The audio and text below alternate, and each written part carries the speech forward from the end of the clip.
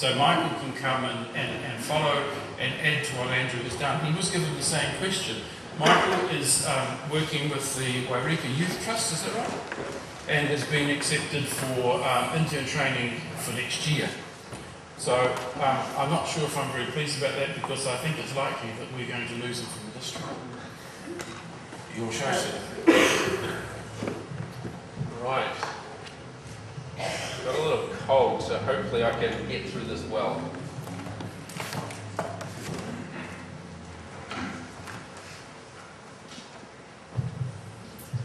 Right, well, thank you, Bruce, for inviting me to share. It's the Synod AGM. I feel it's a real privilege to speak to you all. And as Bruce said, I'm Michael Frost. I'm from North Otago, and there are many things that I could add to what Bruce has said about me. Like, I'm a youth worker, I do preaching, youth support, chaplaincy, Bibles in schools, workshops, and in turn, hopefully starting next year.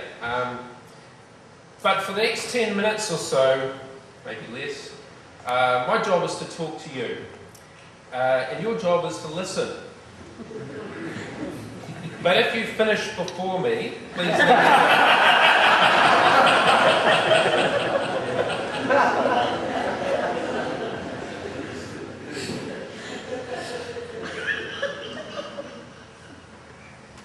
There's a website called In the Meantime, and in a post titled Leadership, the Preferred Future and the Preferred Future, the author DJL says this: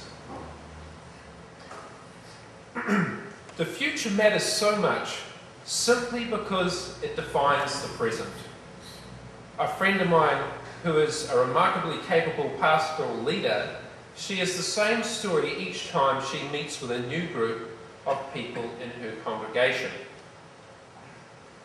There are two boys, she says, each given a block of wood and a penknife. They both whittle away for hours until one boy holds in his hand a small boat, while the other boy has a pile of wood chips.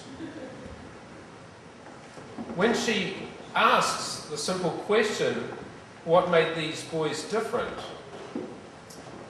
And the folks she's with always immediately reply, one boy had a plan, a vision for what he wanted to accomplish. That's the power of the future.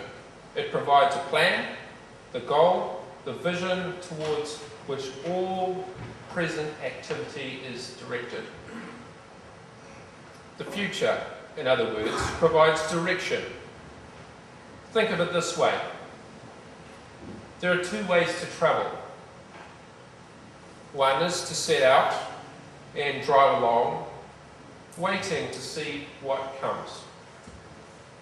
When we do this kind of thing, when we want to relax, perhaps to see the countryside on a Sunday afternoon.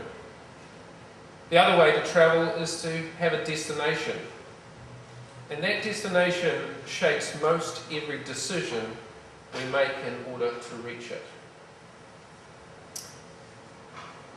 The subject which Bruce gave to share about is you have a chance to plant a New Zealand church. What would be its focus? What would it look like, and who would be involved? And draw on your own experiences to date to develop that in ways you dream about. Which is actually a really hard question, and I feel most unqualified to answer. Yes, I'm very opinionated, but I'm sure that with all the people here and many, many years of experience in this room, there is at least one person who would be able to who would know how to do church. Seriously, that was a joke. Sorry.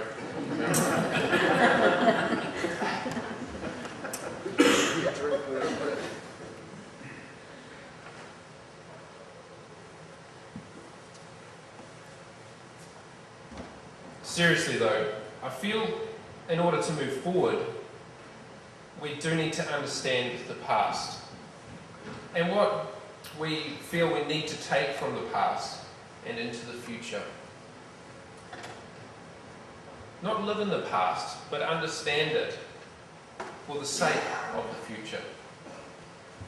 And one of the things that we Christians are known for doing really well is community. Way back at the beginning of Christianity, we were encouraged to welcome one another as Christ welcomes us. Christ showing us the ultimate way to community by offering himself up so that we could be again in community with God.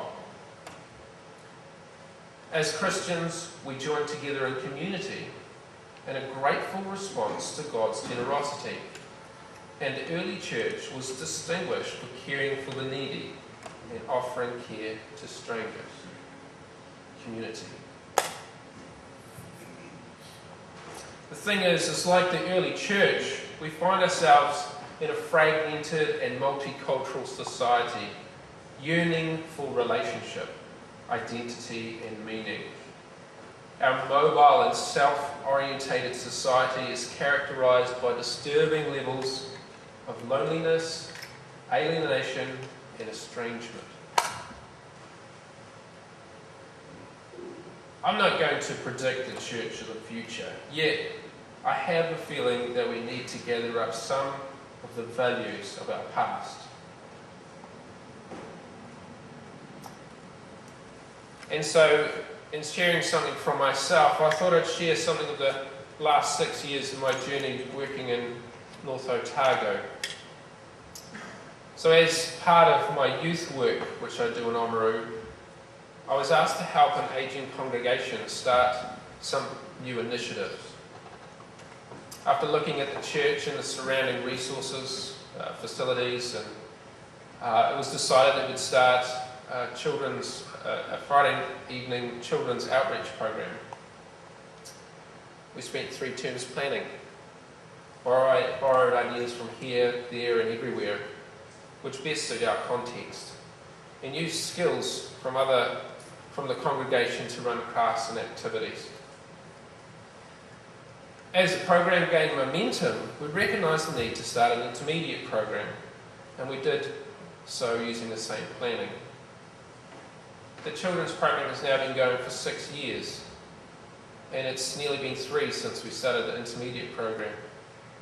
And whenever I've led a service at that church, I've invited some of the young people from the intermediate program to do readings and prayers in that service.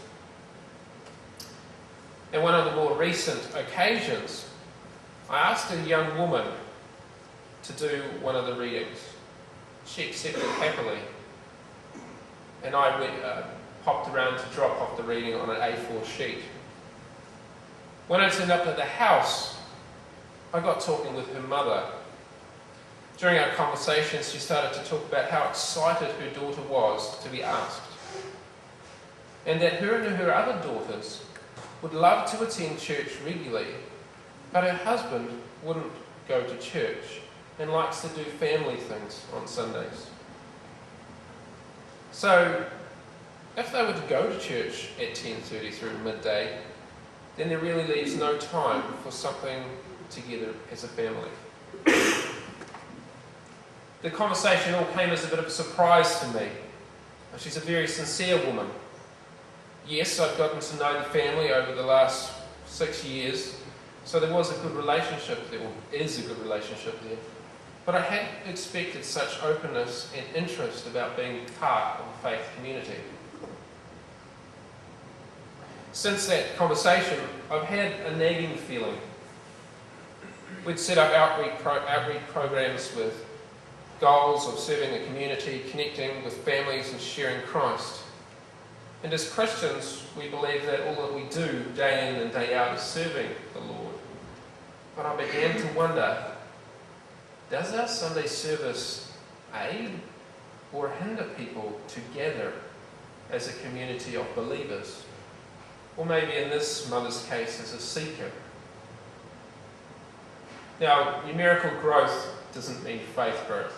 So I'm not saying that we should all change to seeker services. Not at all.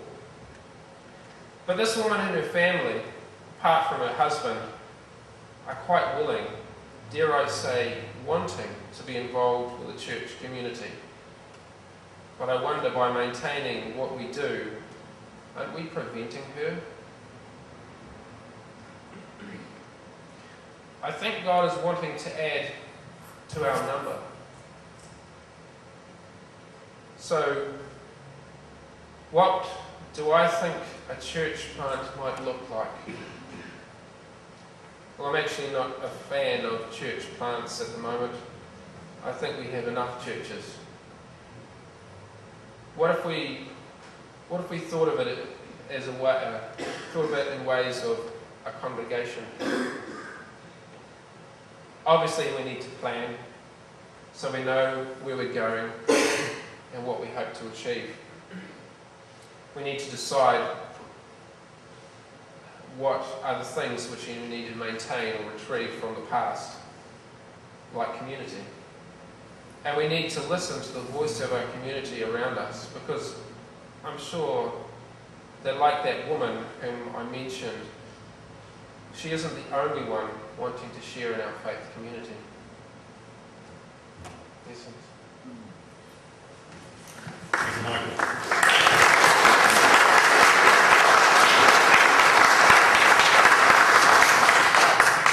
Aren't we well served with the people that we have around us? Two very capable people, and we're going to sum up Michael's thoughts to us with this Finding Christ Alone. Then we will go and have morning tea.